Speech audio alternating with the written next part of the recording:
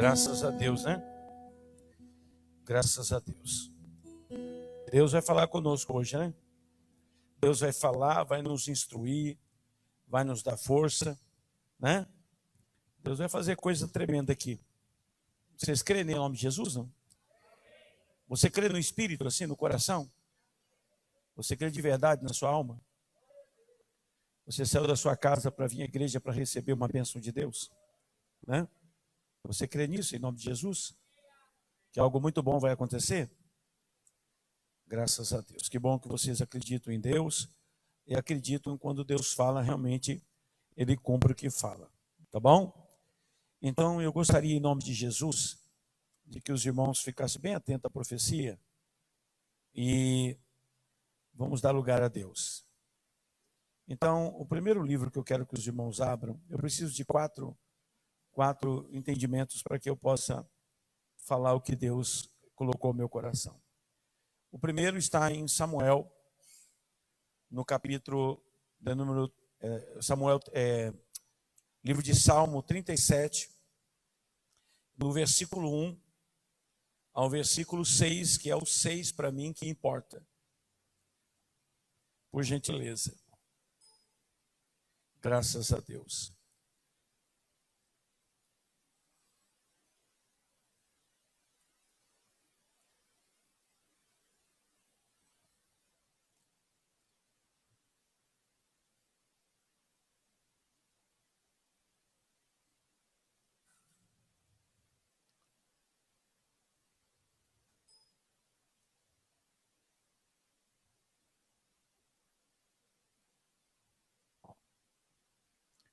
Graças a Deus.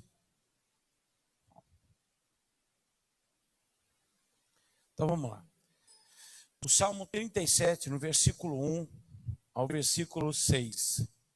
O Espírito Santo nos fala assim: não te indignes por causa das más pessoas,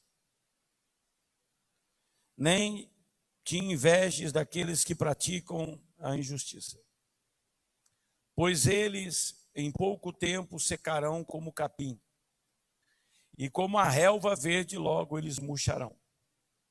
Orientação de Deus. Confia no Senhor e continua praticando o bem. Assim habitarás em paz na terra e vais se alimentar, te nutrirás da fé, daquilo que você espera de Deus. Deleita no Senhor e Ele satisfará os desejos do seu coração, seus anseios. O que você espera dele será feito. Entrega o teu caminho ao Senhor e confia nele, e o mais ele fará. Quer dizer, coloque teus planos na mão de Deus. O que ele fará? Ele exibirá a tua justiça como luz, e o teu direito como sol ao meio-dia. Diga glórias a Deus. Por gentileza. Vamos ao livro de Joel, no capítulo 2, no versículo 12, porque lá tem mais um tipo de pensamento que eu quero alcançar na partir de Deus hoje. Vai ao livro de Joel, por gentileza.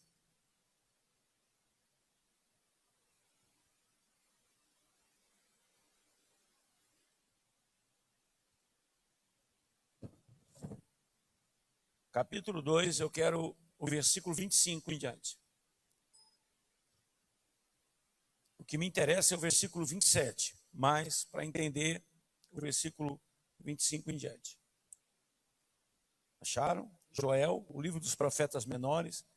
Você vai ali no livro de Malaquias, Abacuque, Ageu, está por ali.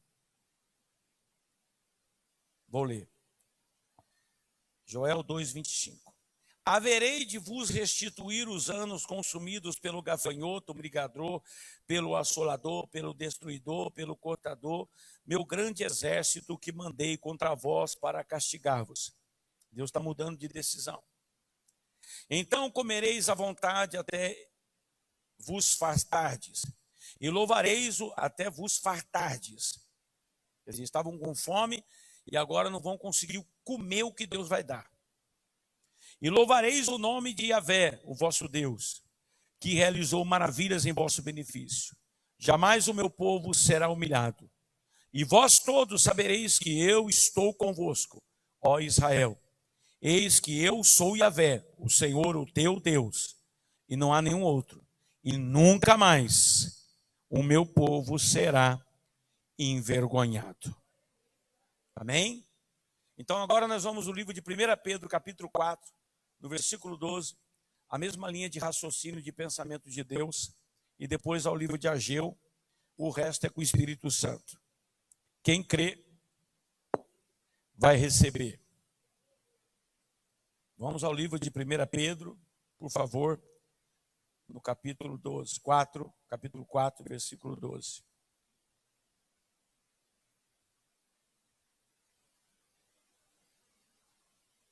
Eu quero o versículo 12, mas o que me interessa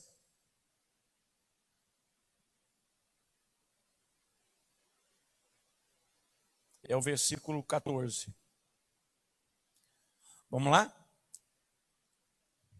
Amados, não vos assusteis com a provação que surge entre vós, como fogo ardente com o objetivo de provar a vossa fé. Não entendais isso como se algo estranho vos estivesse acontecendo. Contudo, alegrai-vos por serdes participantes ou convocados dos sofrimentos de Cristo, desse momento difícil, para que também vos alegreis e exulteis na revelação da sua glória. Se sois insultados por causa do nome de Cristo, bem-aventurados sois, porquanto sobre vós repousa o Espírito da glória, o Espírito de Deus. Graças a Deus. Livro de Ageu, no capítulo 1.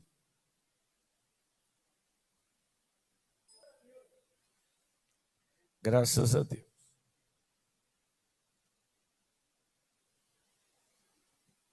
Glórias a Deus.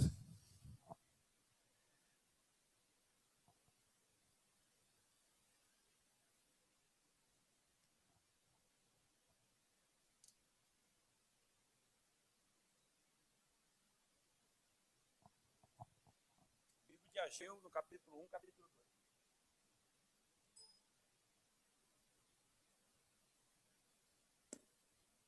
Vamos lá. Livro de Ageu, capítulo 1, versículo 2. Assim diz Deus, o Senhor dos exércitos: esse povo murmura ou reclama. Não chegou ainda o momento certo ou o tempo de reconstruir a casa de Deus? Versículo 5.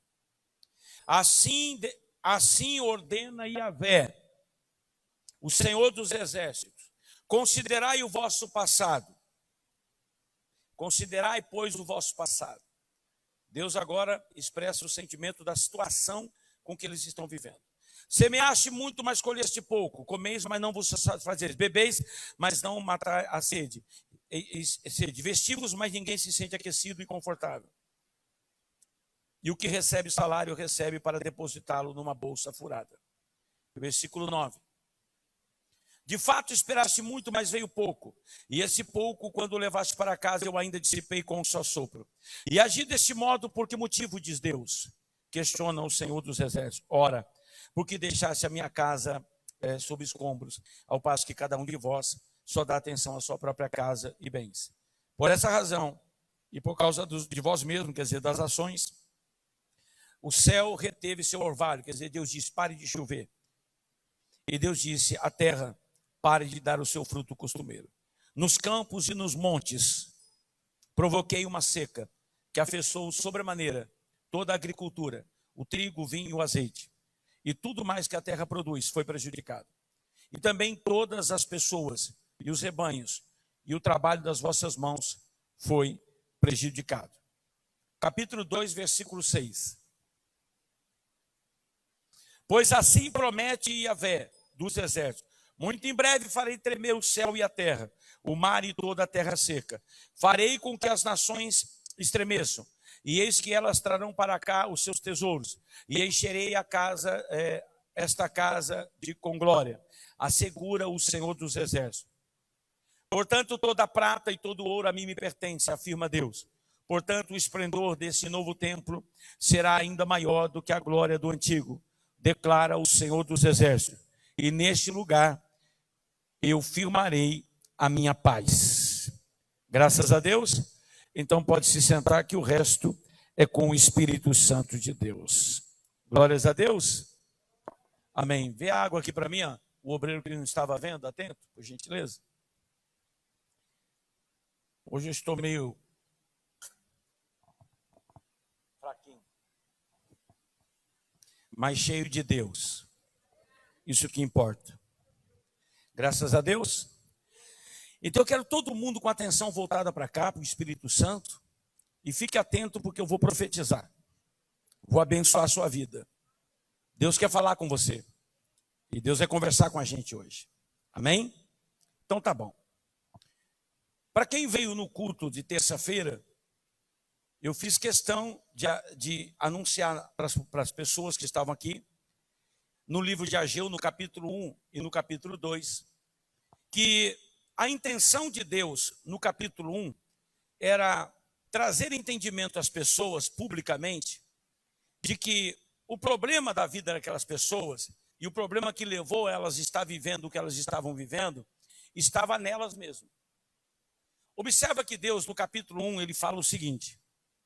No capítulo 1, versículo 2, Deus diz: eu estou ouvindo as vossas reclamações e as vossas lamentações e murmurações. E Deus está dizendo, tudo isso está acontecendo porque a minha casa está deserta. Deus diz, será que não é tempo de reconstruir a minha casa? Então Deus está falando de reconstruir um relacionamento espiritual com Ele. O que aconteceu? Aconteceu que esse povo, ele permaneceu 70 anos cativo na Babilônia, por causa de uma profecia que está no livro de Jeremias. Após 70 anos de cativeiro, a profecia diz, através da boca de Jeremias, que Deus ia perdoar o povo, ia trazer o povo de volta para a sua cidade natal, para Israel. E Deus cumpriu essa profecia após 70 anos de cativeiro. Quando eles retornam para a sua nação, para o seu país natal, quando eles retornam, eles encontram um país destruído. Por quê? Porque quando Nabucodonosor invadiu Israel, quando a Babilônia invadiu Israel, ela destruiu Israel. Então ela destruiu a economia, ela destruiu o templo, ela destruiu todo o comércio, ela destruiu as casas. Então eles não voltaram para um lugar comum, eles voltaram para um lugar completamente falido e destruído. Diga glórias a Deus. A palavra de Deus fala no livro de Neemias, no capítulo 1, que Ananias, irmão de Neemias, fez uma visita à terra natal. E quando Ananias fez essa visita, ele viu a situação com que as pessoas estavam vivendo lá. E Ananias contou para Neemias, quando ele encontrou com Neemias, sobre o que estava acontecendo no seu país. Neemias ficou tão triste, porque o que Ananias contou para ele era deplorável. O que Ananias contou para ele era uma situação de profunda falência, em todos os sentidos. Falência econômica, falência espiritual, falência moral. Nós estamos falando de uma queda, nós estamos falando de um estado de desgraça. De uma coisa que quando você olha diz, bom, aquilo ali não tem jeito de se resolver. Neemias ficou muito triste, a Bíblia diz que ele chorou por 7 dias e orou a Deus para pedir ao rei um auxílio para que ele pudesse interferir no quadro da situação e ajudar aquelas pessoas. Então observe que a situação não era uma situação qualquer, era uma situação crítica, era uma situação caótica. Quando Deus aparece através da boca do profeta Ageu, Deus começa a apontar os problemas do que está acontecendo. A situação é crítica, sim. A situação é deplorável, sim. A economia, toda a condição do país é um caos. Mas Deus não apresenta esses problemas como o problema central de tudo que está acontecendo. Deus observa que eles estão vivendo em desgraça. Deus observa que eles estão vivendo um caos. Deus observa que eles estão vivendo uma vida muito difícil, que dificilmente o país vai sair daquela situação. Mas Deus não aponta esses problemas como um problema real ou o causador de tudo que está acontecendo. Não. Quando Deus aparece, ele não aponta um problema econômico, ele não aponta um problema comercial, ele não aponta um problema de governo, ele não aponta um problema qualquer, ele aponta um problema espiritual. Deus aparece dizendo, tudo isso está acontecendo e eu estou vendo. Mas o problema não é esse. O problema é espiritual. O problema é porque vocês voltaram de um cativeiro, se estabeleceram, mas ninguém se preocupou em reconstruir um relacionamento espiritual comigo. E é por causa disso que esse cativeiro não muda. É por causa disso que esse caos não muda. Porque a qualidade de vida espiritual, a qualidade de relacionamento espiritual, a prioridade do relacionamento para com a minha pessoa foi esquecida. E é por causa disso que tudo isso está um caos. Diga glórias a Deus em nome de Jesus. Observa que no culto passado, eu fiz questão, através do Espírito Santo, ou o Espírito Santo fez questão através da minha pessoa, de dizer para as pessoas que estavam aqui, que o problema apontado por Deus era uma questão de prioridade.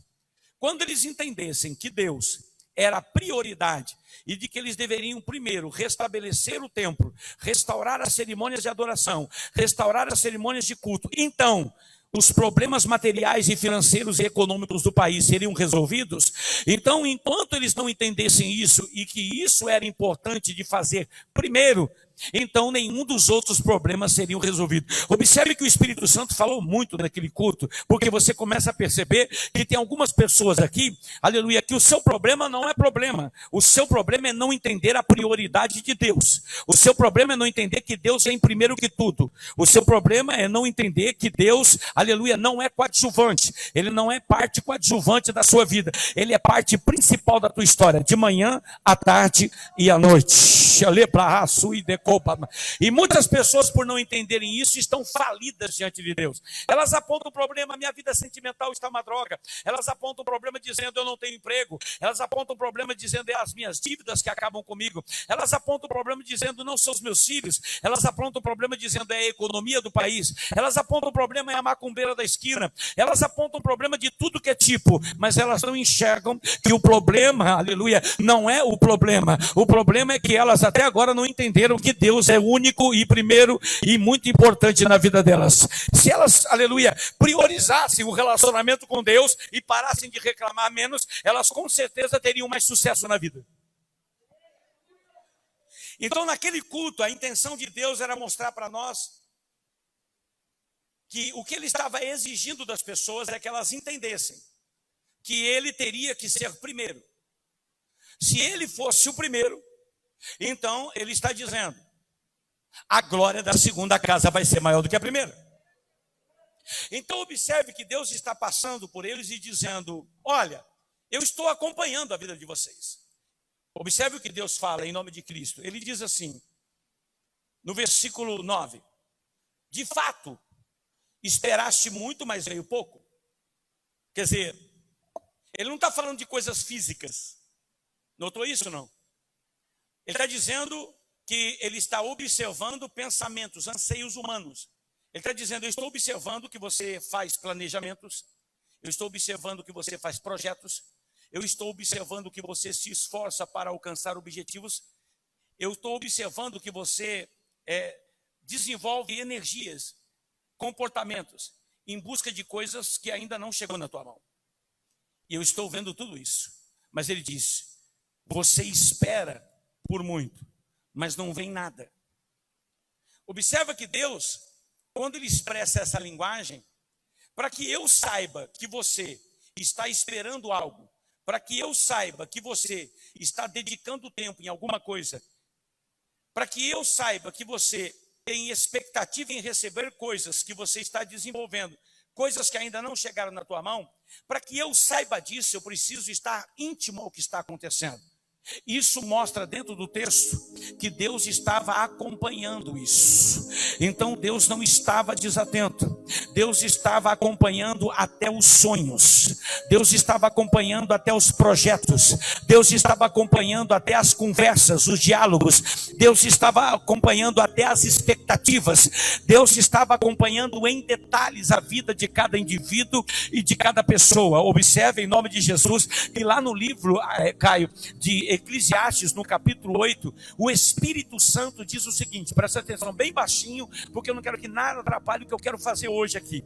Presta atenção, em Eclesiastes capítulo 8, Deus diz assim, a partir do versículo 6, ele, o próprio Deus, fala no livro da sabedoria, dizendo: ei, a todos os filhos de Deus, há coisas na terra que, aleluia, eu só posso trabalhar no momento certo e na hora certa, aleluia, e para cada coisa e indivíduo e situação, eu tenho a forma adequada para trabalhar com cada um. Observa que no livro de Ageu, você observa que Deus está dizendo que Ele está analisando algumas pessoas. Ele está dizendo: estou vendo que você espera por algumas coisas e elas não chegam. Estou dizendo que você se esforça por algumas coisas e elas não acontecem. Estou analisando que você se dedica na direção de coisas que nunca chegam. E Ele está dizendo que faz isso individualmente.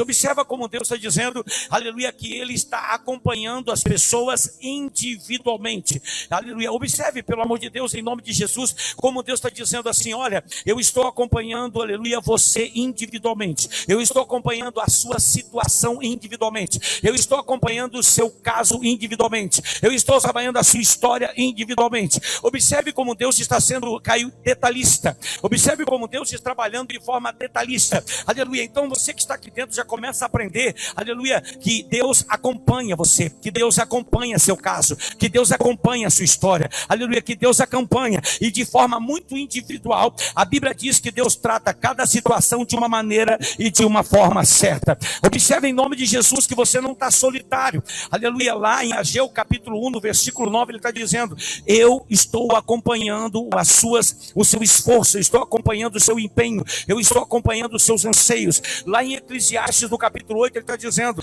para cada situação, para cada indivíduo, eu tenho a forma de trabalhar, eu tenho o jeito de trabalhar, eu tenho a hora e o momento certo de trabalhar. O que você deduz dessa linguagem de Deus? Que Deus acompanha você, aleluia, categoricamente. Deus acompanha seu caso, Deus acompanha sua história, Deus acompanha teu dia, aleluia. Eu quero falar com gente de Deus aqui, aleluia. Eu quero falar com gente cheia do Espírito Santo aqui, aleluia. Eu quero falar com gente que está entendendo o que Deus está falando, para depois não perguntar para mim dizendo: pastor, eu não entendi. Eu estou dizendo que Deus está dizendo que individualmente todos que estão aqui, Ele acompanha a tua vida, Ele acompanha teu caso, Ele acompanha a tua história, Ele acompanha a tua noite, o teu deitar, teu levantar, aleluia. Você não é uma folha jogada no vento, quando cai de uma árvore vai para lá e para cá, não. Você é alguém que é guardado, você é alguém que é cuidado, você é alguém que é gerenciado, você é alguém que é compreendido, você é alguém, eu sinto Deus dizendo para alguém: eu não sou surdo. Eu sinto Deus dizendo para alguém: eu não sou cego. Eu sinto Deus dizendo para alguém: você não está sozinho. Eu sinto Deus dizendo para alguém: pare de reclamar, porque eu estou cuidando do que você está passando. Pô, terraço e de copas. Te que me de que a sub de copa, nai, a sub de raça. Te que me de que a sub de copa, nara sábia.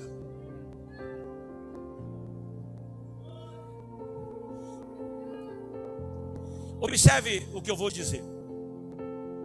Você vai a um médico, a um otorrino, a um ginecologista, a um obstetra. E quando você chega lá, o doutor está sentado na mesa. E você senta na frente dele, ele diz: qual é o seu nome mesmo? Na frente dele há um computador. E ali ele coloca teu nome. E assim que ele termina de colocar teu nome, ele clica na tecla Enter. E ali aparece seu nome. E ali aparece o seu relatório clínico dos seus últimos 4 anos de atendimento. Então, observe que esse doutor está acompanhando o seu histórico clínico. Ele está analisando o seu histórico clínico. Ele sabe a sua glicemia de 4 anos atrás. Ele sabe como está o seu colesterol de 4 anos atrás, assim como você acaba de chegar com um novo exame, e ele tem então um mapeamento clínico a respeito do quadro da sua saúde, para que ele possa evoluir clinicamente, para que ele possa orientar você e medicar você. Observe, aleluia, o que Deus está dizendo até aqui é isso. Deus está dizendo: eu sou o médico da sua vida, eu sou o médico da sua casa, eu sou o médico da sua história, eu acompanho a tua história, eu sei o teu nome, eu sei sei tua vida, eu sei tua história, eu conheço as suas expectativas, eu ouço os seus projetos, eu vejo o seu empenho, eu analiso o seu esforço. Então você não é alguém aleatório, você é alguém que é acompanhado.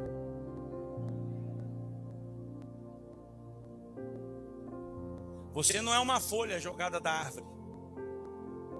Você é alguém que Deus se preocupa.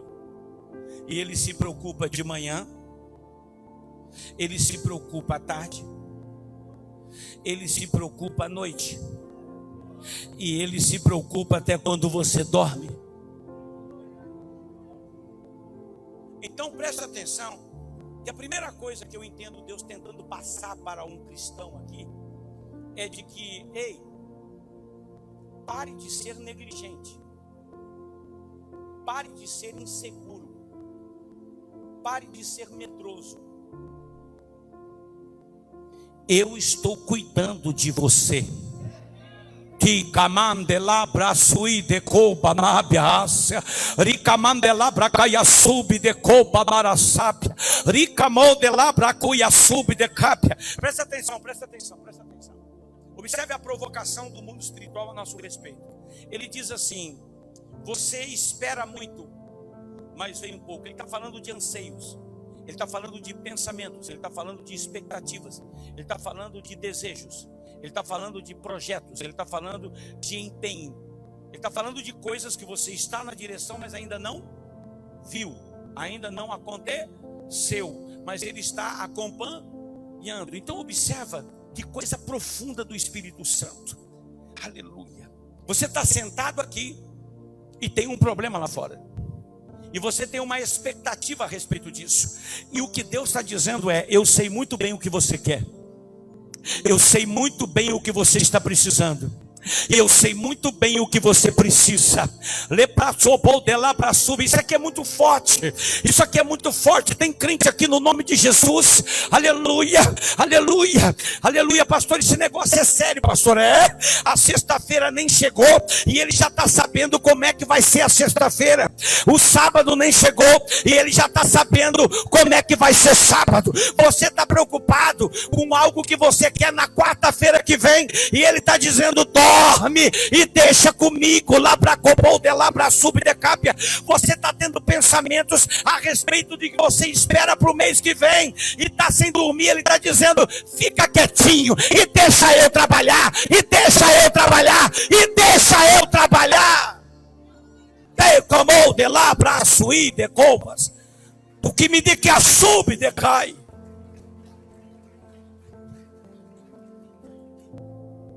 Observa que Deus está conversando com as pessoas através de um homem de Deus, através do profeta Ageu, e Deus está dizendo que tudo que está acontecendo na vida deles é por permissão de Deus, e tudo está ligado a uma vontade do próprio Deus. Deus está dizendo: ora, por que eu, Deus, disse para o céu: para de chover? Por que eu disse para a terra: para de dar seu fruto costumeiro? Por que eu, Deus, sopro aquele que recebe do pouco para quase ter nada? Por que eu toquei nos frutos do trabalho de suas próprias mãos? Ele disse: ora, porque deixaste a minha casa deserta. Então observe que Deus está chamando a atenção, amém, para as pessoas, de que Ele se importa quando as pessoas não valorizam ou priorizam a importância dele em seu valor pessoal. Observe que a coisa é um pouco mais íntima, porque a reclamação que Deus está tendo com as pessoas é de que as pessoas não o valorizam como deveriam, de que as pessoas não o reconhecem como deveriam reconhecer, de que as pessoas não priorizam ele como deveriam priorizar. Ele não é a peça fundamental da história das pessoas, ele não é a prioridade da vida dessas pessoas. Na verdade, ele é um ser coadjuvante, quase um curandeiro. Ele é alguém que só é procurado para resolver pepinos e não porque ele é importante. Isso leva a Deus a tomar algumas atitudes, E essas atitudes significam impedir o crescimento da vida das pessoas, impedir a projeção da vida das pessoas, impedir que as pessoas alcancem suas expectativas, anseios, fazer com que o esforço empenhado das pessoas em busca de um objetivo seja frustrado. Quer dizer, Deus dificulta o acesso das pessoas nas conquistas que as pessoas desejam ter na vida. E tudo isso está acontecendo porque Ele anseia por esta prioridade. Então, olha o perigo que é você tornar Deus alguém sem importância. Olha o perigo que é você tornar as coisas desse Deus algo sem importância. Olha o perigo que é você tratar algo que Deus deu a você sem importância. Olha o perigo que é, por exemplo, você desrespeitar o seu próprio chamado, ministério. Olha o perigo que é, aleluia, você fraudar esse relacionamento com Deus, onde Deus te chama a uma competência, uma responsabilidade perante o teu ministério. Lá no livro de 2 Coríntios, no capítulo 9, a partir do versículo 11 em diante, o Senhor disse que uma oferta não é uma questão de necessidade acolhida somente aos santos ou aos necessitados da obra, mas é uma prova de conduta ministerial. Observa que Deus está dizendo que ofertar não é simplesmente alcançar a necessidade de alguém que tem fome, mas é uma prova contundente de que você tem entendimento do seu papel na história de Deus.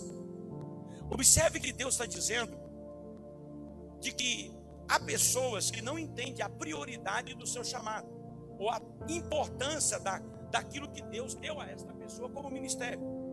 Isso significa fraudar um chamado, isso significa corromper algo santo, significa negligenciar uma competência que te foi dada, de um papel que não é seu, é tua obrigação fazer. Olha só como existem pessoas, presta atenção, isso aqui para mim é mensagem para 20 mil pessoas. Observe como existem tantas pessoas ferradas na vida e tantas pessoas que não vão chegar nunca a lugar nenhum, porque elas não compreendem a prioridade do ato de se priorizar, a importância do reino na sua vida, seja para um membro, seja para o marido e uma esposa dentro de casa, seja para um filho, no que tange a representar a identidade de Jesus Cristo como testemunho, como sociedade, como indivíduo ou como ministério dentro de uma igreja. Seja membro nas suas obrigações como membro, seja um obreiro nas suas obrigações como obreiro. Observe como Deus ele se levanta em várias situações. Essa história não é a única história.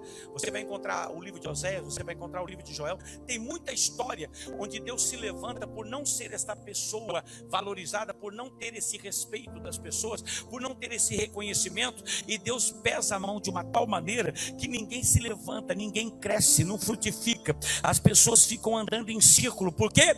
Porque elas não entenderam a importância do papel de Deus na história da vida delas.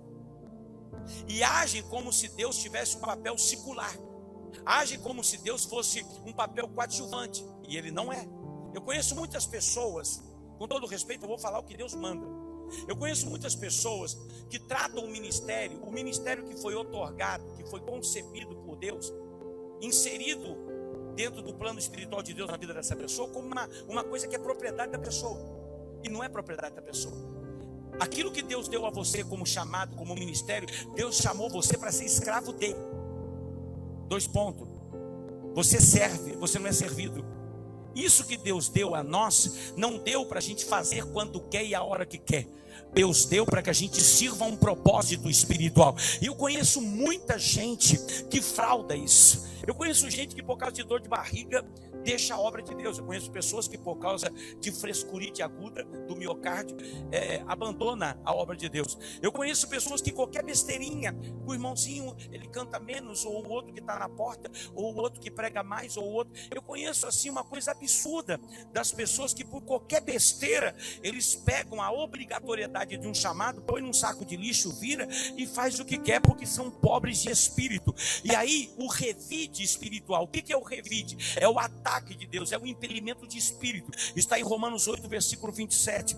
É quando o espírito não pode impelir por deformidade do comportamento de um indivíduo, porque ele só trabalha em conformidade com o espírito. É quando o próprio Deus toca, é quando o próprio Deus ataca, é quando o próprio Deus agride, é quando o próprio Deus fecha as portas. Então a pessoa fica sofrendo, porque a pessoa não entende que aquilo que aquela pessoa foi chamada a executar e fazer, não faz porque quer, não faz porque está bem, não faz porque está contente, não faz porque tem dinheiro, não faz porque está feliz, faz porque tem que ser feito e ponto final.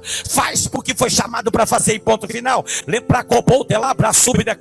Eu não venho pregar aqui hoje, por exemplo, eu não estou bem, mas eu não tenho que ficar na minha casa, eu tenho uma obrigação espiritual. Eu venho aqui, aleluia, e às vezes eu falo para as pessoas, eu não vou orar, aleluia, e vem 80 pessoas para me orar, porque as pessoas às vezes não se importam com o que eu estou falando. Se eu estou bem, mas eu continuo orando por todo mundo, não trato ninguém mal, respeito todo mundo, vou para casa morrendo, mas eu faço o meu papel, aleluia, porque isso é uma responsabilidade. Então o meu chamado é uma responsabilidade. O meu chamado, aleluia, não é um bolo com chantilly, o meu chamado não é um bolo com pêssego, o meu chamado não é uma cereja, aleluia, dentro de um creme. O chamado é uma responsabilidade, doente ou não doente, comendo ou não comendo, tudo indo muito bem ou um caos, gente brigando com você ou não brigando com você, eu estou de pé para fazer o que Deus mandou.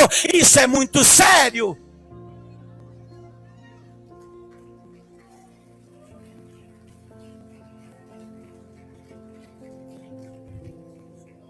E muitas pessoas não entendem que o que está acontecendo delas não é o diabo. O que está acontecendo com elas não tem nada a ver com espíritos imundos. O que está acontecendo com elas é uma reprovação de Deus, onde Deus entende que o comportamento dessa pessoa não está adequado à prioridade de Deus na vida dela. Então Deus observa essa pessoa e diz: não, suas ações a nível de relacionamento comigo, em sua obrigatoriedade, está sendo fraudado. Então o que você me reconhece na tua vida, aleluia, é muito pouco. Isso faz com que Deus tome decisões a respeito dessa pessoa. Então Deus diz: semeaste muito, mas veio pouco. Não tem dinheiro para comprar roupa e nem comida. O que recebe nunca dá para nada. Faz projetos de conquista e eles nunca dão certo. Move-se em expectativas futuras e infelizmente nada acontece. Empenham-se em conseguir objetivos e fazer objetivos, mas eu faço com que todo o seu esforço seja frustrado. Tudo isso por quê? Porque a prioridade não foi alcançada. Diga glórias a Deus. Olha o nível da atenção que Deus quer na vida. Olha o nível de relacionamento que Deus espera que você tenha com Ele. Você consegue entender, meu irmão?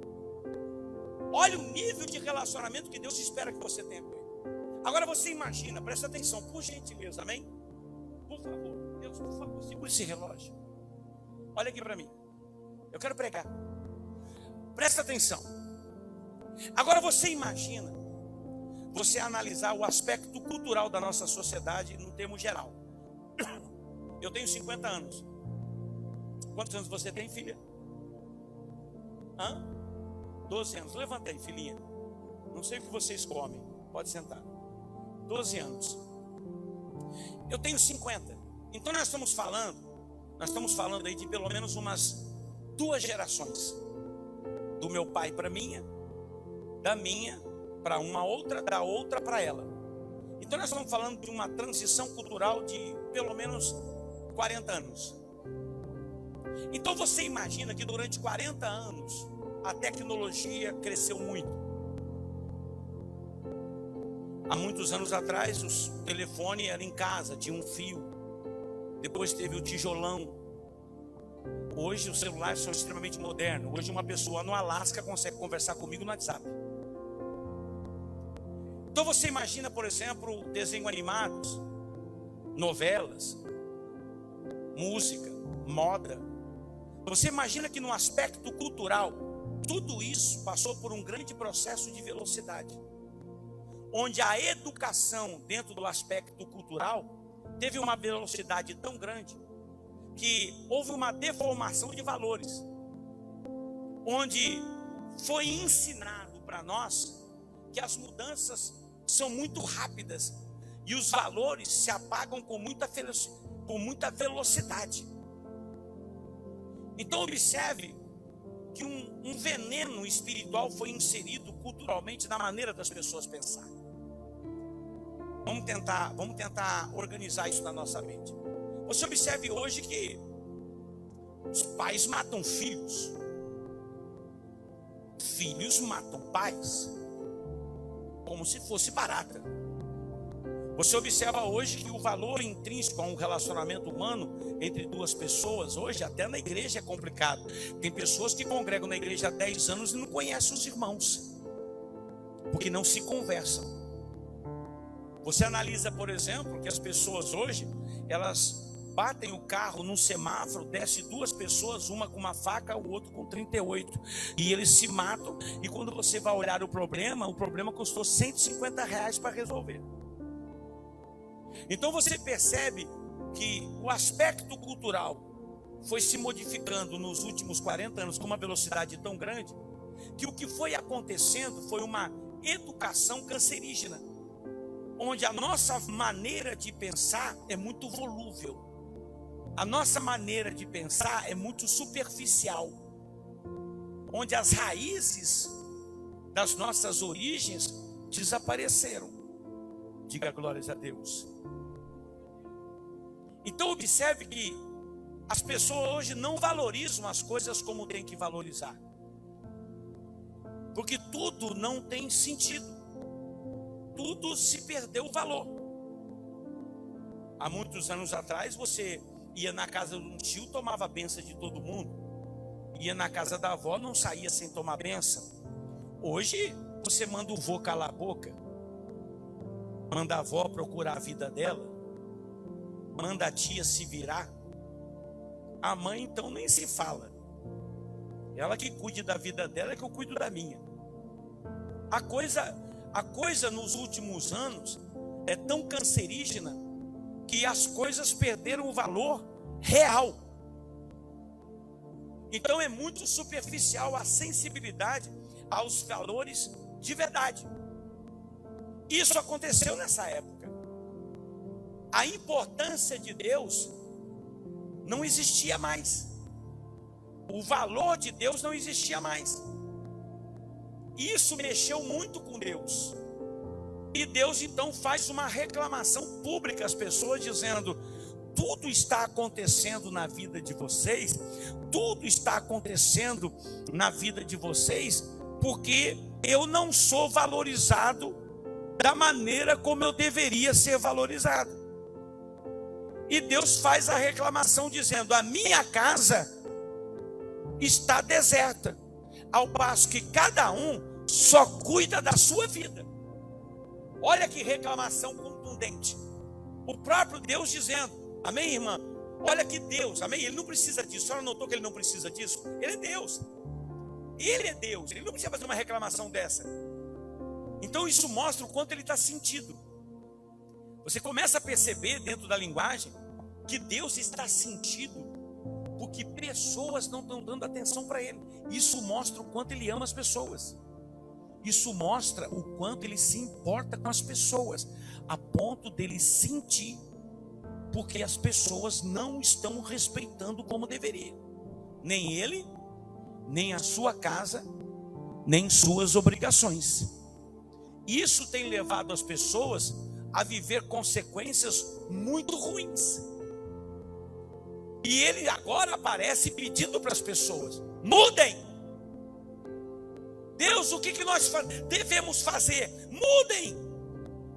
Suba ao monte, Reconstrua a igreja que foi machucada, ferida.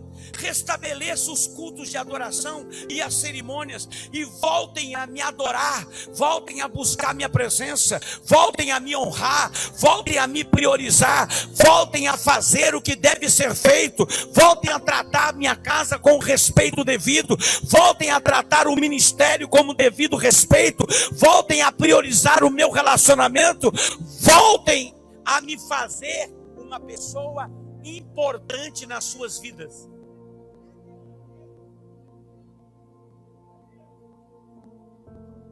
Aleluia. Voltem a me fazer importante. É a única coisa que ele queria. Voltem a me fazer entender de que eu sou importante. Diga glórias a Deus. Observa agora. Quando ele faz essa proposta às pessoas, ele liga essas propostas a um evento.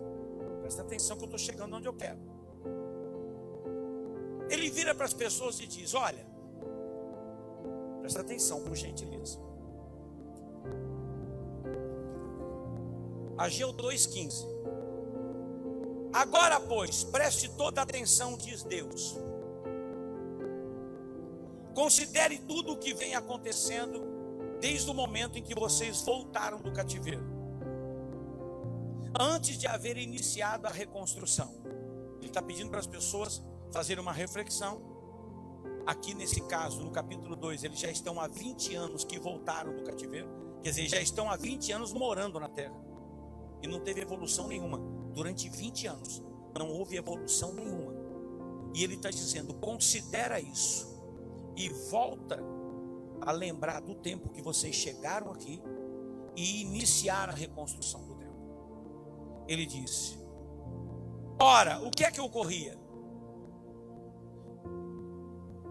As pessoas queriam 20 medidas, 200 quilos de trigo, e não conseguia comprar. As pessoas queriam,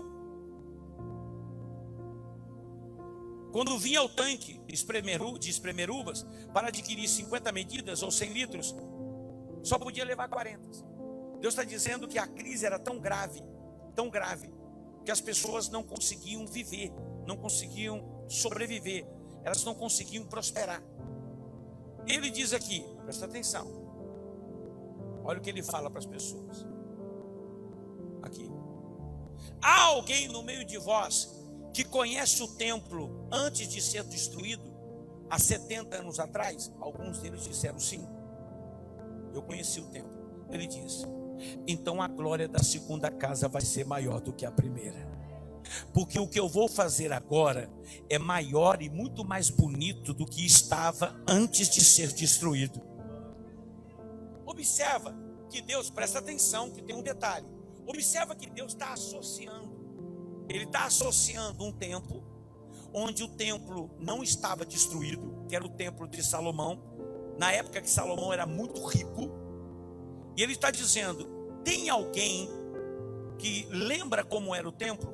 Algumas pessoas que já tinham 90, 98, talvez mais anos de idade, disse: Senhor, eu sei, eu lembro. E como é que é esse templo comparado ao que você está vendo? O templo estava destruído. Eles disseram: Senhor, um caos.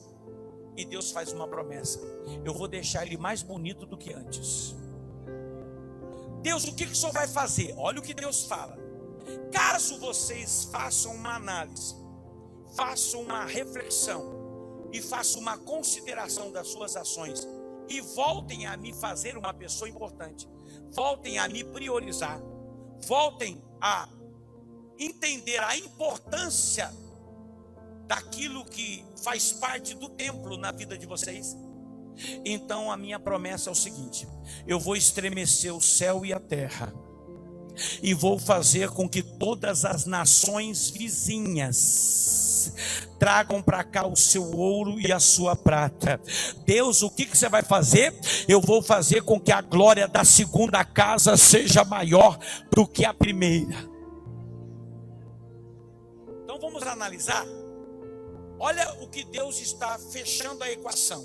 Olha o que Deus está dizendo: Ele está dizendo: olha, se vocês voltarem a mudar o comportamento em relação à minha pessoa, se vocês voltarem a mudar o comportamento em relação ao templo, às cerimônias de culto, se vocês voltarem a priorizar e a respeitar os seus ministérios, eu tenho uma proposta para vocês.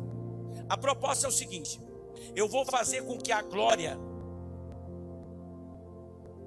do segundo seja maior do que a glória do primeiro.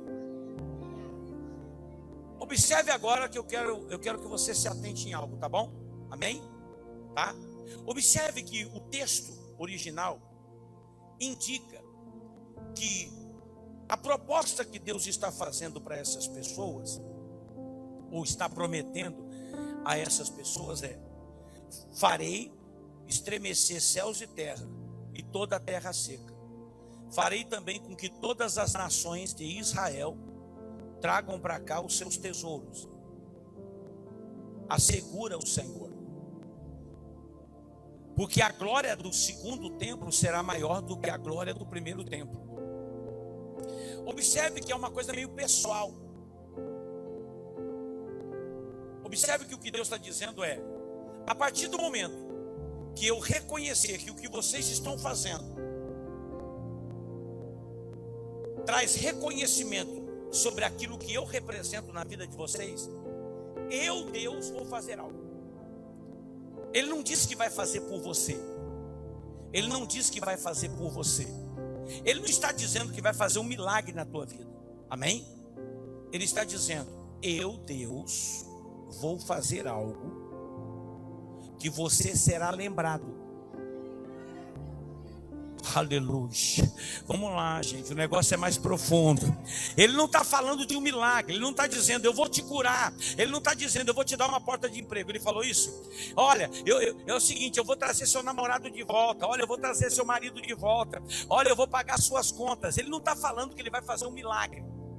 Ele está dizendo: ei, a minha proposta é o seguinte: se eu entender que eu voltei a ser respeitado, se eu entender que eu voltei a ser admirado, se eu entender que eu voltei a ser temido, se eu entender que a minha casa voltou a ser respeitada, se eu entender que o meu ministério não é seu, eu te dei, é meu, eu emprestei para você exercê-lo. Se eu entender que o meu ministério voltou a ser praticado e respeitado com zelo, então eu, Deus, vou fazer o quê? Presta atenção no detalhe, senão você não pega. Deus aqui está tratando com Israel. Ele está tratando com um país, não com uma pessoa. Aí o que ele diz que ele vai fazer? Olha, Israel, eu vou fazer com que os outros países em volta saibam que você é grande. Saibam que você é importante. Eu vou fazer algo por você, Israel, que todas as nações vizinhas não vão se esquecer do que eu vou fazer. Observe que Deus está dizendo que a partir do momento que ele voltar a ser respeitado, ele está prometendo que vai fazer algo memorável. Então ele não está dizendo que ele vai curar A, que ele vai curar B, que ele vai curar C. Observe que o termo original, na etimologia do texto, a expressão do texto original da glória da segunda casa ser maior do que a primeira, é uma junção de um comportamento memorável, onde Deus está falando que ele vai fazer algo inesquecível. Ele não está dizendo que vai fazer um milagre. Ele está dizendo: eu vou causar espanto. Ele está dizendo: eu vou fazer algo inesquecível. Ele está dizendo: eu vou fazer algo que você não vai se esquecer tão cedo. Eu vou fazer algo que seus familiares vão saber que eu sou teu Deus. Eu vou fazer algo que até os seus inimigos vão baixar a boca e vão dizer: eu nunca imaginei que isso pudesse acontecer. Observe que o que Deus está tratando no texto é de algo memorável.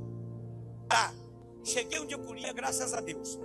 Presta atenção agora, por favor.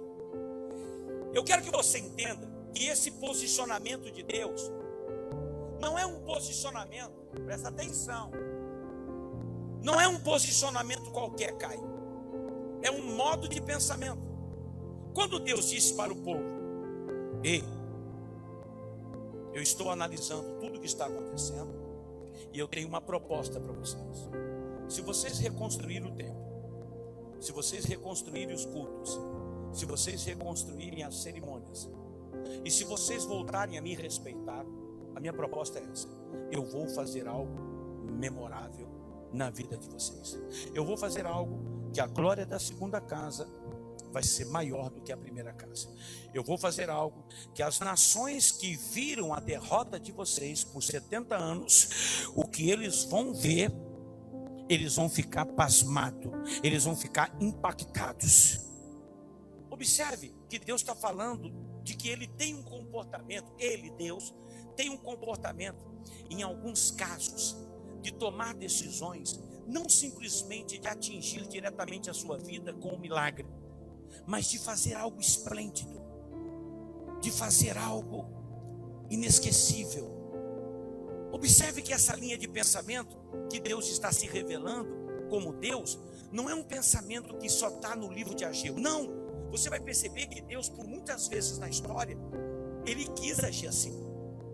Não era simplesmente dizer: levanta a coxa e anda. Não era simplesmente dizer: levanta homem do tanque de Betesda e vai para casa. Não era simplesmente ele tocar em alguém doente e curar. Olha, Bartimeu, volta para casa. Não, esse milagre é bonito, é um milagre legal, é um milagre maravilhoso, é fato. Mas Deus não está falando de um milagre qualquer, porque o objetivo de Deus não é simplesmente fazer um milagre, mas tornar o milagre inesquecível. Então a intenção de Deus não é fazer qualquer coisinha. A intenção de Deus é fazer algo que espante alguém, é fazer algo que faça alguém se lembrar, é fazer algo que faça pessoas entender que Ele é Deus. Isso é um modo de pensamento. Então Deus expressou esse sentimento da glória da segunda casa, tentando passar a ideia de que Deus, na sua linha de pensamento, Ele tem uma maneira de agir, em alguns casos, que Ele não quer somente fazer um milagre, mas Ele quer fazer com que a pessoa seja lembrada por muito. Observe aqui, por gentileza. O livro de Joel diz assim, presta atenção. A mesma situação, o povo está passando a mesma situação. O povo está há 10 anos sofrendo. O povo está há 10 anos com a vida destruída. E Deus diz assim, ó, presta atenção. Deus faz uma proposta para o povo. Ele diz, presta atenção. No versículo 12 Deus diz: agora diz Deus, convertei-vos a mim de todo o seu coração, dilacerai o vosso coração, não as vossas aparências, como de costume. Retornai para mim com todo o vosso íntimo. Portanto, sou tardio em mirar, magnânimo e misericordioso, compassivo e paciente, todo amor, e sou capaz de me arrepender e tirar a desgraça que está sobre a sua vida. Versículo 25. Como Deus pensa em fazer isso? Ele diz: haverei de vos restituir os anos que o gafanhoto, o migrador, o isolador, destruidor, contador, meu grande exército que mandei contra vós para castigar-vos. Então, você que não come nada, comerás à vontade até vos fartardes. E louvareis o meu nome, diz Deus, que realizou maravilhas em vosso benefício. Jamais o meu povo voltará a ser humilhado. E vós todos sabereis que eu estou convosco, ó Israel. Eu só estou tentando mostrar para você que existe um outro texto, além do livro de Ageu, no livro de Oséias, que quando Deus vai anunciar um acontecimento, Ele também faz a mesma coisa. Ele via para o povo e fala: povo, retorne para mim de coração e tira essa mentira religiosa, tira esse cinismo religioso de que alguém me respeita porque o que eu vejo não é isso. Volta para mim, e eu vou remover a desgraça que se instalou na tua vida. Como é que o Senhor vai fazer isso? Bom, se eu realmente ver uma decisão a esse respeito, eu vou mandar todo o mal embora. Vou restituir o prejuízo de 10 anos. E o que você vai fazer? E jamais você será envergonhado. E farei com que todos saibam,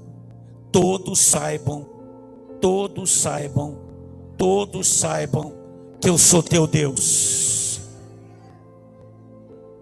Mais uma vez, Deus está dizendo que a desgraça das pessoas está relacionada à falta de respeito com Ele. E mais uma vez, Deus está dizendo: caso você volte a me respeitar, eu prometo remover o mal que está na sua vida. E eu prometo fazer algo que as pessoas que te conhecem saberão que eu sou teu Deus. De novo, presta atenção, por gentileza, em nome de Jesus. Diga glórias a Deus. Diga obrigado. Olha o livro de Salmo 37, por favor. Eu quero que você entenda isso, porque eu vou profetizar. Olha o que ele diz aqui, ó. Salmo 37, de novo Deus falando a mesma coisa. Não te indignes por causa das más pessoas. O que é más pessoas? Não é uma pessoa do mal, é uma pessoa má, é diferente. Uma pessoa que pratica o mal é uma pessoa que promove uma atitude maldosa. Uma pessoa má é uma pessoa de índole ruim. Eu posso, sendo um pastor, e ter uma atitude maldosa? Posso. Eu sou um ser humano emocional. Eu posso, se eu não vigiar, tomar uma atitude boba e falar uma coisa que não devia, ou reagir a uma coisa que não devia.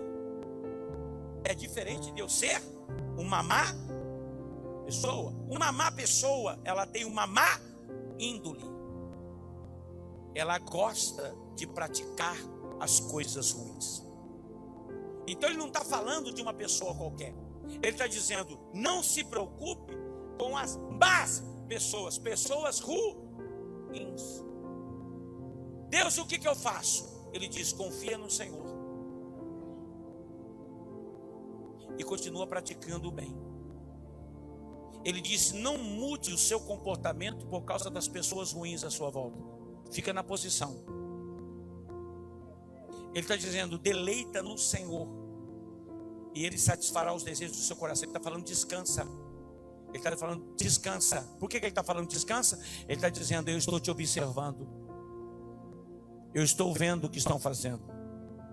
Ele está dizendo: eu não sou cego e nem surdo. Já já eu vou fazer alguma coisa a esse respeito. Olha o que ele está dizendo: entrega o teu caminho ao Senhor. Ele está dizendo: ei, entrega teus planos nas minhas mãos. Ele está dizendo: não tenta resolver o que você não pode resolver. Entrega na minha mão que eu resolvo. Espírito Santo de Deus. Vamos lá, gente, vamos crescer. Não sei por que Deus me interrompeu agora. Tem mensagem que é muito profunda. Ele diz: entrega teus planos nas minhas mãos e não tenta resolver o que você não tem que resolver. Olha como Deus fala com a gente. Deus me interrompeu ali para dizer isso para alguém. Escuta, o problema, ele já é maior do que você, justamente porque foi feito para você não resolver. Então não fica sem dormir arrumando confusão, porque eu só permiti um problema maior do que você para mostrar que eu sou teu Deus. Será que tem algum crente aqui de verdade no nome de Jesus Cristo? Aleluia. Eu não permiti um problema na tua vida maior com você porque eu sou mau, porque eu te quero ver com a cara quebrada. Não, eu só permiti porque existe coisas que eu permito que é para você lutar e resolver. Existe coisas que eu permito para você entender que quem vai resolver sou eu. Então não adianta. Ai, mas será? Ai, pelo amor de Deus. Eu não sei porque o Espírito está me incomodando agora. Mas o Espírito Santo está me incomodando para exortar alguém. Se você não mudar, vou falar o que Deus mandou. Se você não mudar essa linha de teu pensamento, você vai ficar no vale o resto da tua vida. Você tem que entender que tem problemas que você vai lutar, você vai brigar, e Deus vai te auxiliar e você vai resolver. Tem problemas que você vai olhar e vai falar: meu Deus, aqui não dá. Ele fala assim: é justamente isso. Você vai para a madrugada e eu vou resolver. Você vai para a madrugada e eu vou resolver. Você vai para o monte e eu vou resolver. Você desce no jejum e na consagração e eu vou resolver. Tem coisas que você não resolve. Eu vou resolver ao meu tempo. Então aprenda a lidar com maturidade com coisas que são fora do controle. Existem coisas que não nasceram para você controlar. Nasceu para Deus controlar. E se você tem algum problema que você saiu fora do controle, sorria. Sorria porque, pastor, você ficou louco? Não, ele escreveu isso, ele até te avisou antes. Deus é cheio de criar situações que são acima da sua competência. E justamente para ele resolver. É que você não teve o cuidado de se alientar nas escrituras. E você vai ver que isso é um modo operante, é uma maneira que Deus interage com as pessoas. Existem coisas que Deus permite para você ficar quietinho orando. Existem coisas que Deus permite que Ele não quer que você fale nada. É com Ele o negócio. É com Ele o negócio. Você não briga, não fala nada, você não fica sem dormir. Você está entendendo, Caio? Você só ora. Você se ora, porque não dá. A coisa é grande, a coisa é maior, a coisa é agressiva, a coisa passa do limite. Então você não tem que se meter em rolo, você tem que ficar quieto orando ao Senhor. Você tem que apresentar a Deus e confiar em Deus, porque Ele tem propósito, Ele tem um trabalho, Ele tem uma maneira de agir. Você precisa contar também que tem o diabo, e o diabo é cheio de querer te provocar. Então, aleluia, Deus manda dizer: fica quietinho, porque eu sei que essa palavra tem endereço, essa palavra tem direção e alguém precisa ouvir isso. Então para de atrapalhar Deus, fica quietinho orando.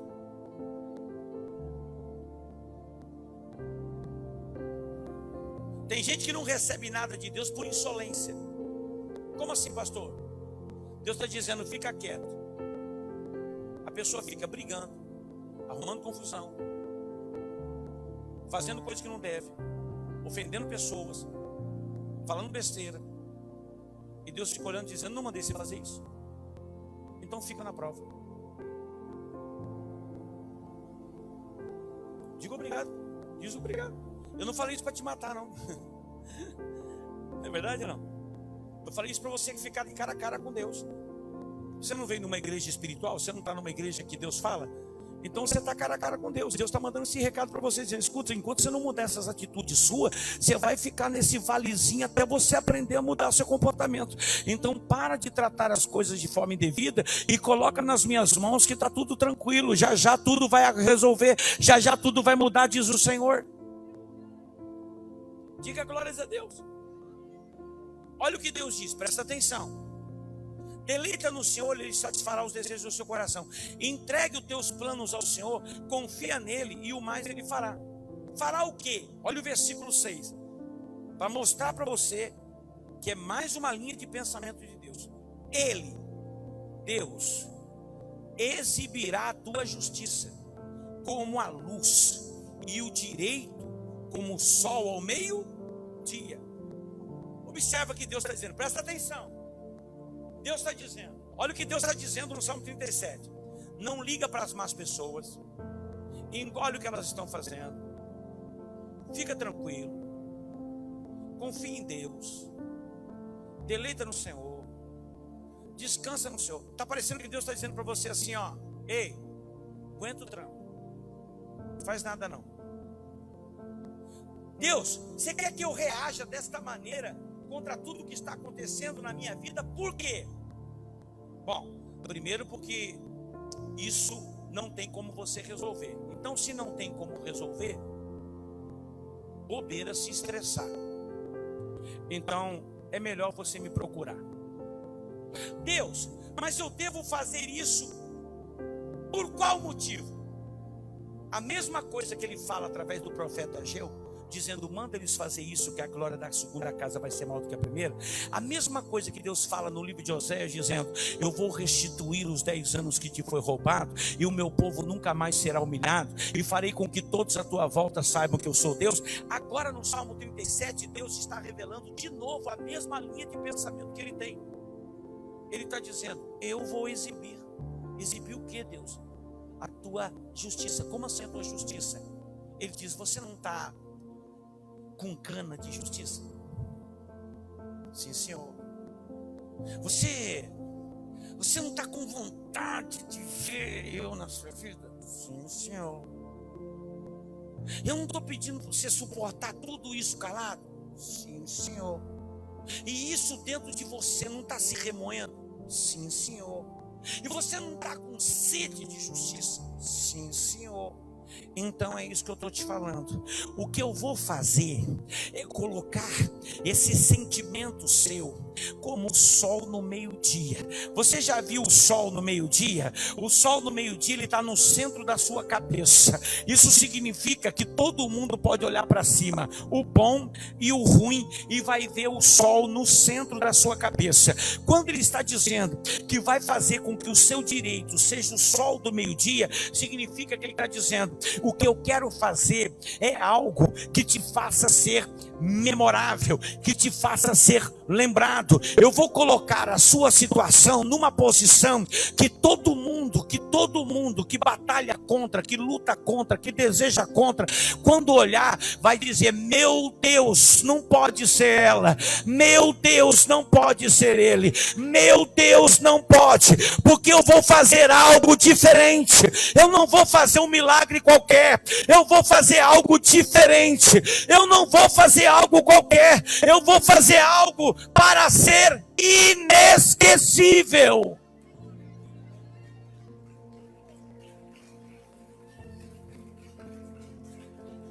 Presta atenção. Observe agora que nós chegamos dentro de uma visão espiritual, onde Deus começou no culto mostrando o caos de uma sociedade. E Deus destaca que o problema desse caos é porque ele deixou de ser importante. E agora Deus denuncia de que se ele voltar a ter essa importância e as pessoas voltarem a respeitar ele e admirar ele, ele está dizendo que a glória da segunda casa vai ser maior do que a primeira. Até aqui, Deus nos levou Deus nos levou no livro de Oséias, Deus nos levou no Salmo 37, para mostrar para a gente que há situações bíblicas, há situações, casos de relacionamento com Deus e o homem aqui na terra, à luz da Bíblia, que Deus simplesmente não desejou fazer um milagre, ele desejou fazer algo fantástico, ele desejou fazer algo memorável. Observe em nome de Jesus que nesses 3 textos, a glória da segunda casa, restituir os 10 anos que se perdeu, fazer com que todas as pessoas lembrem que ele é seu Deus, fazer com que o seu direito, a sua justiça seja um sol, como o sol meio-dia. Todas essas expressões bíblicas indicam que há um desejo de Deus, ou um modo de pensamento de Deus, em alguns casos na história de Deus com o homem, onde Deus não decidiu fazer um milagre, ele decidiu fazer algo que destacasse essa pessoa. Agora observa que todas as vezes que Deus desejou fazer algo memorável, ele salientou que a situação daquela pessoa, o caos que aquela pessoa está vivendo, a humilhação com que essa pessoa está vivendo, a profundidade com que essa pessoa está vivendo de forma vergonhosa, humilhante, será comparada à glória daquilo que ele fará na vida daquela pessoa. Observa que Deus, ele mostra muito claramente dentro dos textos que ele está equivalendo a dor à exaltação. Ele está dizendo no livro de Oséias: a desgraça com que vocês estão vivendo é medida na importância daquilo que eu vou fazer. Observe que no livro de Ageu, a mesma coisa. Ele está dizendo: o caos que vocês estão vivendo será medido na glória da segunda casa. A mesma coisa. Observe lá no Salmo 37, ele está pedindo para uma pessoa engolir um sapo grande, ele está pedindo para uma pessoa aceitar uma ofensa grande, ele está pedindo para uma pessoa aceitar uma humilhação grande, sem reclamar. Por quê? Porque ele está dizendo: eu vou tornar o seu direito como o sol do meio-dia. Observe que existe uma equação, aleluia, no relacionamento de Deus entre o sofrimento de uma pessoa, onde Deus está dizendo que o que ele quer fazer é algo tão equivalente, é algo tão inesquecível, que tem a mesma proporção da humilhação que essa pessoa está vivendo. Observe que Deus está comparando a humilhação a uma condição onde essa pessoa, aleluia, e o que vai acontecer na vida dela será fantástico, será algo, aleluia, comparado com a profundidade da humilhação que essa pessoa está passando. Observe que tem pessoas aqui que já começaram a entender onde Deus quer chegar com isso. Deus está dizendo: você está vendo o nível de humilhação, você está vendo a profundidade, você está vendo o caos que você chegou? Estou vendo. Então presta atenção, e presta atenção. Se você me priorizar, se você me fizer ser importante na tua vida, o que eu vou fazer na tua vida é comparado à profundidade da humilhação com que você está passando. Eu vou fazer algo na tua vida que as pessoas vão olhar para você e vão dizer assim: peraí, não dá para acreditar que aquela pessoa ali é aquela mesma pessoa que está dentro daquele buraco. Não dá para entender que aquela pessoa ali é aquela pessoa que perdeu tudo naquele lugar. Não dá para entender que aquela pessoa ali é aquela pessoa que estava presa na cadeia há 20 anos. Não dá para entender que aquela pessoa ali é aquela que perdeu o marido, perdeu a família, perdeu tudo. Ele está dizendo: o que eu vou fazer, eu, Deus, desejo que seja lembrado.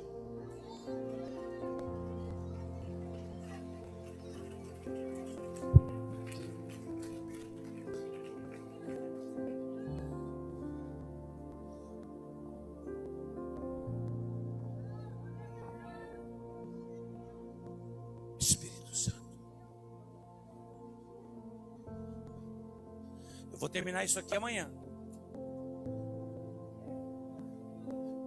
Eu vou fechar aqui, porque se eu der o resto é mais 1 hora. Eu me conheço.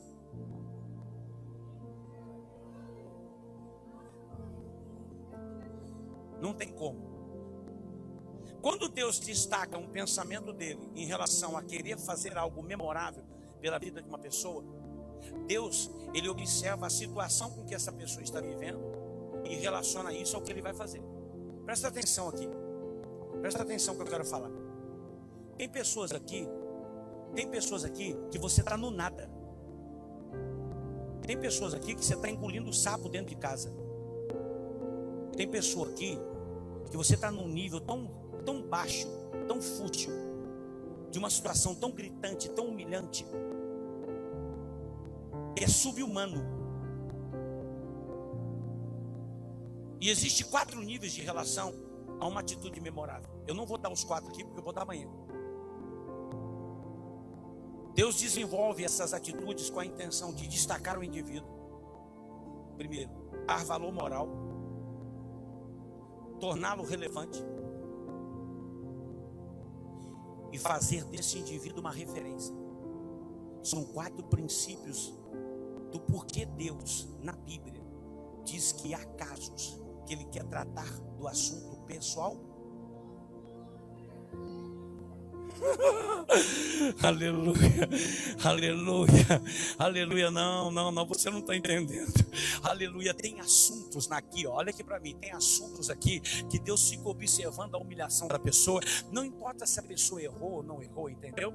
Ele fica observando o massacre. Você está entendendo? Ele fica observando o massacre. Ele fica observando, aleluia, as pessoas mastigando a pessoa. Você está entendendo? As pessoas estão entaladas, as pessoas estão se sentindo como fezes, como baratas. E Deus fica com o braço cruzado dizendo: ei, esse caso aí é diferente dos outros casos. Esse caso aí é um pouco diferente do caso de Bartimeu. Esse caso aí é um pouco diferente do homem do tanque de Betesda. Esse caso aí é um pouco diferente da mulher curvada. Esse caso não é um milagre qualquer, apesar da relevância do milagre que eu fiz na vida dessa pessoa. Esse caso aí tem um certo requinte, porque tem muita gente que tem prazer na desgraça dessa pessoa. Não, o nível de humilhação é muito grande. Deus, e o que você quer fazer? Não. Fala para ela, Espírito Santo, fala o que para ela? Fala para ela engolir só um pouquinho mais. Fala para ela engolir só um pouquinho mais. Aleluia. Fala para ela aguentar mais um pouquinho só. Mas por que, Deus? Por que você está pedindo para o Espírito Santo falar para essa pessoa aguentar mais um pouquinho? Porque é o seguinte, porque esse assunto aí é especial. É porque eu quero tomar uma decisão. E Deus, a decisão que você quer tomar? É mais ou menos a glória da segunda casa do que é isso? É mais ou menos a glória da segunda casa do que a primeira? primeira é mais ou menos isso. Tem casos, aleluia, que eu gosto de trabalhar com as minhas próprias mãos. Senhor, é tipo aquele do Salmo 37, eu vou tornar a sua justiça como o sol ao meio-dia. É isso mesmo, Deus. Aquele caso ali é um caso que eu quero tratar diferente. Por quê? Porque o que eu quero fazer na vida daquela pessoa é calar a boca de muita gente.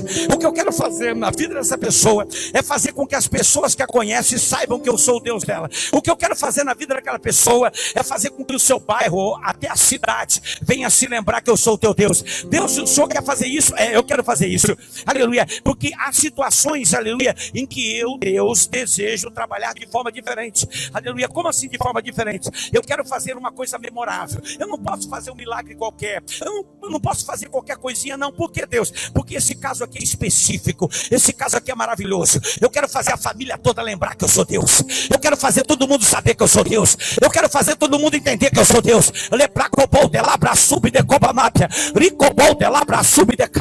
Eu quero separar esse caso para mim. Eu quero separar essa história. Presta atenção.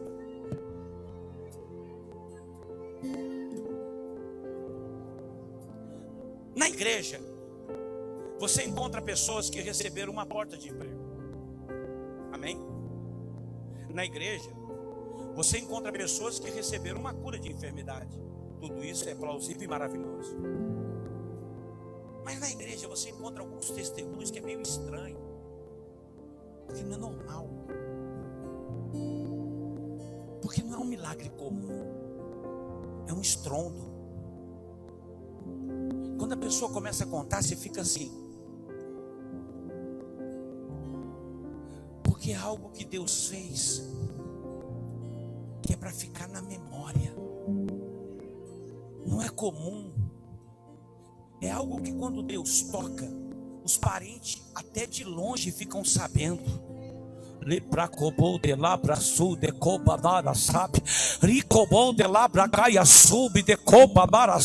Eu estou sentindo, Caio, a presença do Espírito Santo. Aleluia. Vamos, filhinha, desperta, filhinha. Aleluia. Deus veio aqui falar com gente que está entalada de humilhação.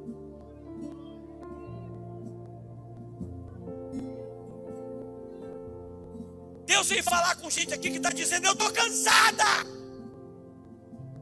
Eu estou cansado disso. É muito tempo debaixo de vergonha.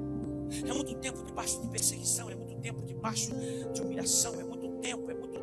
É muito tempo vendo pessoas com risinho de canto de boca, aleluia, fazendo chocarrice a meu respeito. É muito tempo ouvindo piadinha de parente. É muito tempo ouvindo piadinha de amigos. É muito tempo. E é nessas horas, a respeito de assuntos assim, que Deus aparece dizendo: ei, o seu caso não é para anjo. O seu caso, Jesus não vai resolver. O seu caso, o Espírito Santo não vai resolver. Não. Esse aí eu quero cuidar pessoalmente desse caso. Esse aí eu não vou deixar ninguém se meter. Esse aí tem que ser eu. Esse aí tem que ser eu. Esse aí tem que ser. Está entendendo o que Deus está falando? O que Ele vai fazer? Você está entendendo? Ele está dizendo o que eu vou fazer.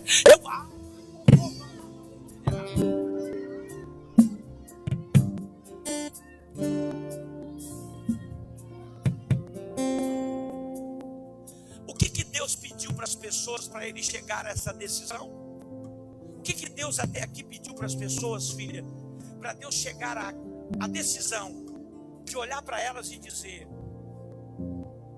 se você me der isso, eu quero fazer algo na tua vida memorável. Eu vou tratar do seu assunto como um homem que esculpe madeira, como o oleiro que faz um vaso. Vai ser eu e você. E o que eu vou fazer, não se preocupa não. Seu pai, mãe, tio, primo, mãe, todo mundo vai saber. Os vizinhos, seu bairro.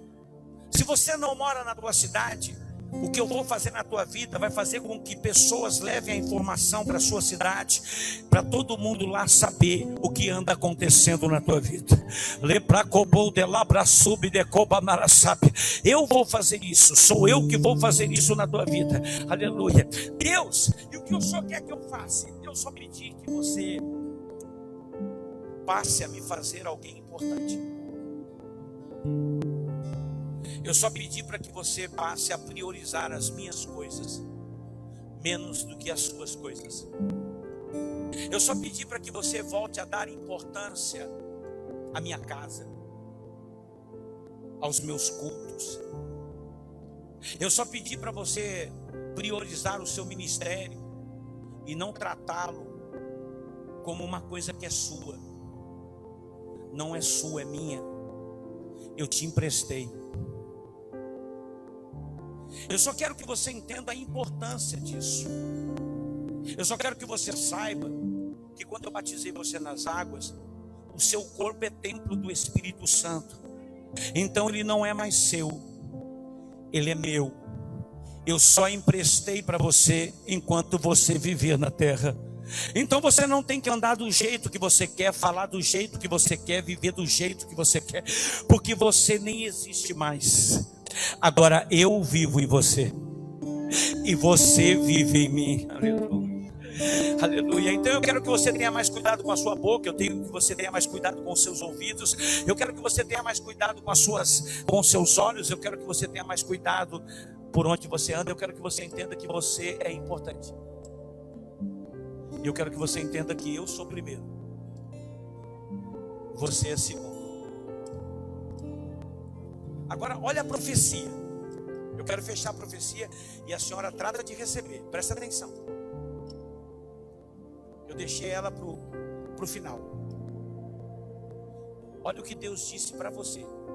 Olha como Deus mostra no Novo Testamento que Ele se interessa por alguns assuntos, onde Ele mesmo separa esses assuntos com a intenção de mover algo extraordinário na vida dessa pessoa.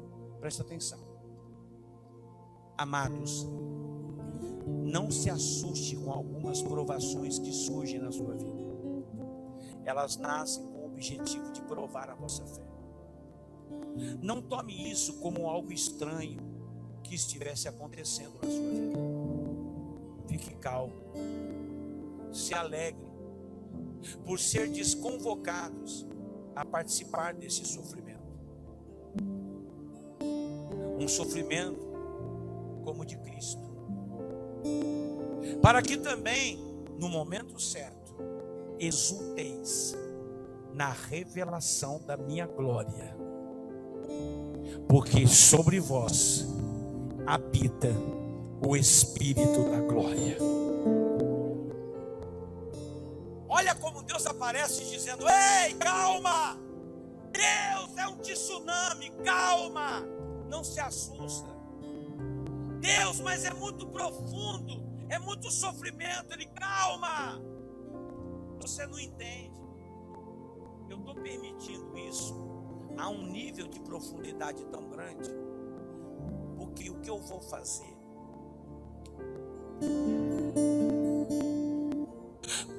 fazer, é maior. O que eu vou fazer vai fazer sua família se lembrar que eu passei na sua vida. O que eu vou fazer vai fazer com que os seus amigos saibam que eu passei na sua vida. O que eu vou fazer vai fazer com que a vizinhança lembre que você morou nessa casa. O que eu vou fazer vai fazer com que o bairro se lembre quando você passar de carro. É ela mesmo, é ele mesmo, não pode ser. O que eu vou fazer vai fazer com que muita gente saiba que eu sou teu Deus. Deus, o Senhor está dizendo que o Senhor vai fazer. Ele disse: eu vou fazer com que a glória da segunda casa seja maior do que a primeira. Bracobol de labra sub de capia. Levante a mão que eu quero profetizar no nome de Jesus. Eu quero profetizar no Espírito. Eu quero profetizar hoje que nem Ezequiel profetizou. Eu quero profetizar de verdade. Então recebe no nome de Jesus. Ei, olha aqui para mim que eu estou profetizando. Deus está vendo o grau de humilhação que você está passando. Deus está vendo o grau de problema que você está passando. Deus está vendo a provocação das pessoas. Deus está vendo a hostilidade, a afronta. Deus está vendo a insolência. Deus está vendo o mal. Deus está vendo a moedinha que você está contando. Deus está vendo quando você abre aquele bendito armário e tem que ter tudo na medida. Deus está vendo. Deus está vendo a afronta. Deus está vendo o que está acontecendo. Deus está vendo. Deus está vendo o sorriso das pessoas. Deus está vendo a piadinha com que as pessoas estão falando de você. Ele está vendo, mas ele está dizendo: ei, calma aí, confia em mim, descansa em mim, deleita em mim, entrega seu caminho para mim. Deus, presta atenção que eu vou profetizar como Ezequiel. Aleluia, presta atenção.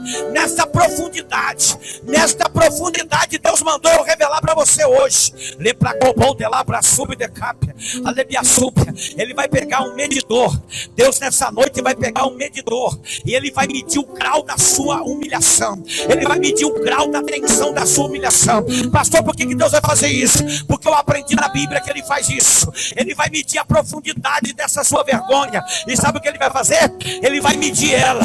Aleluia. E com a mesma tensão com que ele medir tua humilhação, é a mesma tensão que ele vai medir a tua exaltação. É a mesma tensão com que ele vai medir tua exaltação. Então recebe o que eu vou profetizar no nome de Jesus. O que Deus vai fazer na tua vida hoje, vai fazer para ser lembrado por muita gente.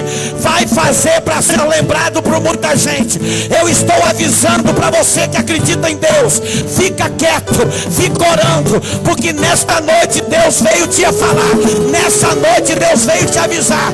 O que eu vou fazer na tua vida, o que eu vou fazer na tua casa, o que eu vou fazer na tua vida, vai ser lembrado pelos seus parentes, vai ser lembrado pela tua família, vai ser lembrado pelos seus amigos, porque hoje eu profetizo em nome de Jesus que Deus mandou eu te dizer: acalma, porque hoje a glória da segunda casa vai ser maior do que a primeira.